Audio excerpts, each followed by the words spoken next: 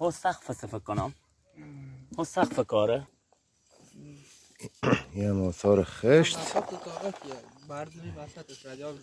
که داریم به ورودی میرسیم.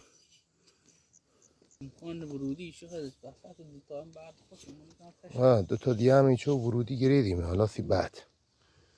بله ببینی چون خاکریزی و بیده اول جز جاده اینه والا بگو سنگ امی خشتین سجوریه خشتین سجور کفه.